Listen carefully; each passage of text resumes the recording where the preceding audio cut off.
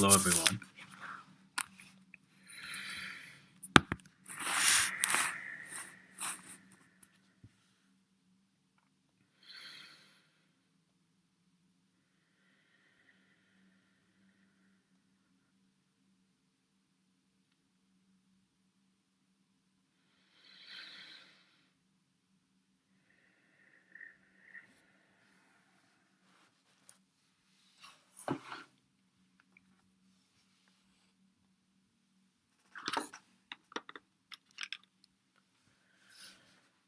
I would like to talk about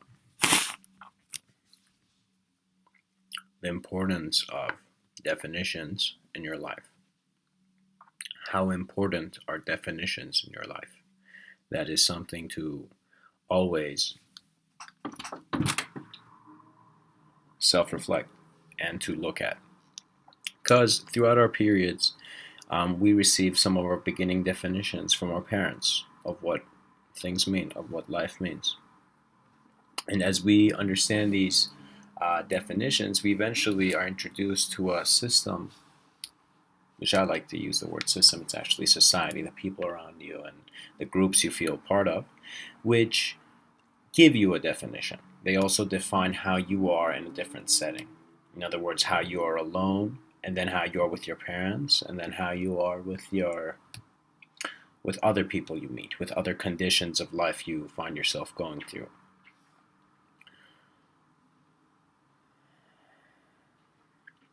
When you, as a child, are making this leap and into recognizing yourself and a sense of identity is being established, when you begin to work in conditions that are less attentive to you but to whatever they are for example, you go work for a company, the company is more attentive to itself than you, but it is also attentive to you. The exchange that you get becomes a definition for you, becomes a firmer identity for you. We as human beings, we are social creatures. We like group development and vaster collective developments. However, in these processes, for example, you joining a community, you joining your work, um, workplace, or whatever, there is there are definitions given to you of who you need to be in order to survive in that environment. Who you need to be to survive is very important because it's putting on a very thick definition on you. It's putting a very firm definition on who you are to be in your life. Therefore, when you see your investment, you need to think about how much of your life you want to put into your identity being developed in a certain place and how much you want to see. For example, some people want to break their definitions, want to break their identities. They want to literally go explore the world. And as they explore the world, they re-understand themselves. They understand themselves based on this experience, based on that experience, and they become more of a vivid human being. However, it's very important to notice that when we become part of a system, a social system, our communities, and when we take roles, when we become responsible and we take roles in there, that has a huge, no, I don't want to say huge, but that has a very,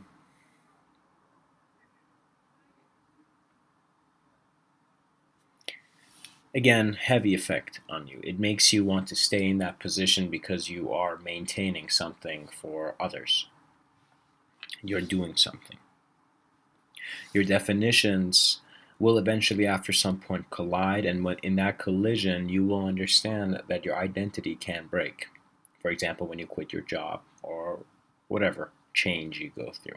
Change is always pointing to who you are past, not past, but beyond who you thought you were. Change is always pointing to who you can be.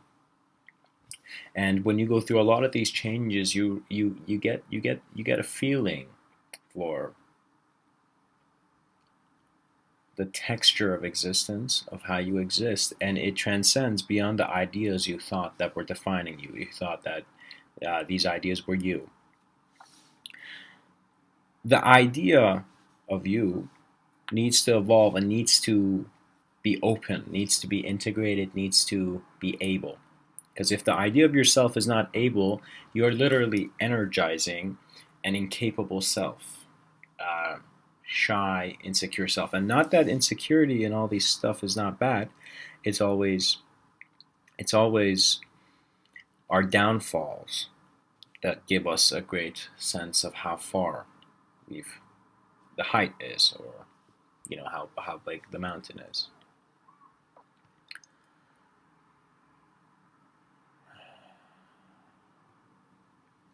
Begin developing yourself and begin developing the ideas of yourself.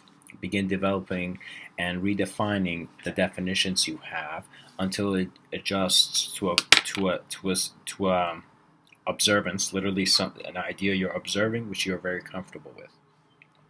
And once you're comfortable, you have no reason to stop. You can go comfortably. Um, a lot of people are trying to work externally into creating comfortable conditions around you. But eventually, all conditions will fade into what many perceive as the discomfort of death. Eventually, there is death. So, what you need to recognize is that internal comfort with your ideas, with yourself, with your presence, with all that you see of yourself, is more valuable than external comfort, which is always changing. To be aware internally means to, in a sense, be observant of all that is changing as you, through you, within you, in whatever context. Just become comfortable with change and recognize how it's an internal source that is bringing forth external manifestation. And then you become comfortable. Now, this is not saying, or I am not saying, get rid of all your other social responsibilities, don't become an active member of society. I'm not saying that. All I am saying is it is valuable to see who you are in society and who society is telling you you are, and to see the comfort level with that, to see what roadblocks are presented in front of you. I have oftentimes in my life came to conditions where another person's lack of vision was becoming a limitation for me. What does that mean? Someone hadn't done something, and they told me, "You can't do that. You can't go in there. You can't do that." That's it. That's forbidden territory. That's the forbidden fruit. You can't touch that. But when I did, when I didn't listen, literally when I took that as noise, as similar noise as a construction site or something, and I went through my own sense of exploration, I realized that man didn't try as hard to discover what he was saying. In other words, the messages he was communicating weren't as true as it could have been for him. In other words, how far you go defines the truth you see. So if someone um, doesn't look around the world and just it literally is where you are, imagine if you for the rest of your life were just right here, you would literally think this is life. It goes to Plato's, if I'm not wrong, I don't know if it was Plato's, but Plato's allegory of the cave. Was Plato or Socrates, either one. The allegory of the cave, how if you're born in the cave and you're seeing these shadows, that's all you know until you go outside and you smell the fresh air, right? Some words to look at which can catalyze you. What is a catalyst? A catalyst is something that is helping you accelerate in your improvement, in your expansion of awareness in many things. So if you have a bad incident occur to you, or something that is a loss or a lack or a change for you, that is a catalyst. That is a beautiful catalyst. Everything in life can be a catalyst, even the good things. Boredom is this human sign telling you that there needs to be greater changes in your life. If you're bored, for example, listening to my voice right now, you need to go and watch something more exciting. You need to literally, it's this self-aware message from who you are that you need to explore more. You need to be more excited about what you're doing and what you're seeing. You always allow the amount of excitement that can come in your life. You choose how far you can go. You choose where you stand. You choose the limitations that need to manifest in your life. Some people live life with a lot of limitations, and they it's as if the limitations turn into hands that are molding their identity, and you don't need that. But when you see a limitation, that means it's time to get excited and break that limitation, to discover what limitless means for yourself, to see if that concept can be even defined, the concept of limitless, because definitions are limited ideas. Therefore, to allow your whole presence, all that you are, to communicate into a excited exploration of your life and of your limitation and all these changes that manifest to you, you become a more vibrant and conscious being. You become a more capable being, because there is no incapability to shut you down. A lot of people I've found who utilize, they have bad habits. That same person is putting that much attention on feeling ashamed of their habits and the bad habits they have, rather than putting that same attention on the productivity they can manifest in their lives. In other words, the same attention you give to how, for example, shitty your life is the same attention you can give to how amazing your life is. And once you change the lens, you change your view, you will see more out of the limitations that made your world a limited world. In other words, if you always go on top of a hill in a lot of wars and battles, the armies would choose higher ground. Because when you're in higher ground, you have more vision of what is happening. The more vision you have, the more grounded you will be in your life, and the more grounds you will see. You will literally see what is happening. A person who's on a balcony and a person who's on the ground floor have different views, but different abilities. Because sometimes, if let's say you were a person who you spent time meditating all day, you literally sat in a cave or went by a stream, and you were like, you just went into that internal space of everything. You will realize that when someone's on the balcony, they don't have that much space. They have a lot of vision, but their application must first come to the ground floor and then go and apply and have access to the ground. Therefore, you need to understand that you need to calibrate yourself with expanded vision, which comes from your inner self-reflective, silent self, more of a meditative state in which you are really seeing what is happening to you and you're getting an update of your existence at this moment.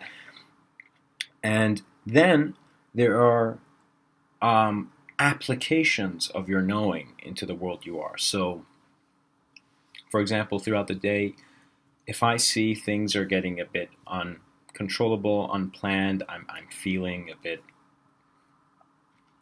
unhappy or tense or something, I literally sit down and I breathe it out. I breathe out the tenseness. I really calm myself. I don't call it a name. It's just me sitting down and being aware of myself to a degree that all these tensions and all these mental knots begin to open. And once they're open, my reception is greater. The answers I will provide to the problems that I perceive are greater, because I am more aware of the problems. I'm realizing some problems do not need to stick with me. Some concerns do not need to stick with me. And then there is a great ability that becomes present for me, for example, to handle that after I become calm. I tend to do this with nature too, because nature shows values to me that I might forget throughout my daily life. For example, how important are certain material goods? How important are certain material ideas of engaging with material goods? And I see that when you see everything passes, you become much more comfortable. You don't let for example, people saying something or people thinking about you in a certain way affect that identity, because that identity is not really shaped. You have an identity. I mean, don't get me wrong, you are who you are, but um, it is less, it's as if it's a liquid sense of identity rather than a solid sense of identity that's always afraid of breaking and what people are thinking about or what kind of hampers people have or whatnot. It's a more liquid, fluid sense of identity in which the moment is the defining element of all your definitions and your experience. So if you are, let's say, physically unhealthy or something's up with you that you can't see perfect, you are literally defining your life in that moment, in that state of whatever, you know. So the moment is a valuable mirror always, because it's where your definitions root from, and at times it is also from other moments where you have your definitions are usually past voices that continue with us and try to these voices from the past try to be seen in the bodies of the new, which we are perceiving in the moment. In other words, for example, you have an idea of meditation, you hear me saying meditation, and that idea is literally being communicated through this context I'm speaking. That voice is being communicated in this new body of idea which I'm presenting. However, always do your own exploration, always go with your self knowing. Adjust yourself with your honesty. You can always align any imbalance in your life by becoming honest with yourself and letting life happen with your experience being comfortable about it. That is very important. Death is not something to fear. The reason a lot of people fear death is because they think there is something to die in a changing world. There are many ways what I just said can be said and can be put, and in many different contexts, but what I'm trying to point out here, in the hopes of a mirroring persona, that you make the decisions at the end of any day, at the end of any life. And be aware of this mind that is not limited to material definition. Our brain does present itself, and it is something we can analyze, but we are existentially beyond the wavelength that we perceive. Therefore, our mind is also communicative. Our intelligence, existential intelligence, is communicative beyond the limitations of our apparatus, of our tools, of our senses. And it is up to us to explore all meaning. Therefore, really look at your definitions and see how comfortable you are with them changing, but also redefine a heavenly existence for yourself. Thank you.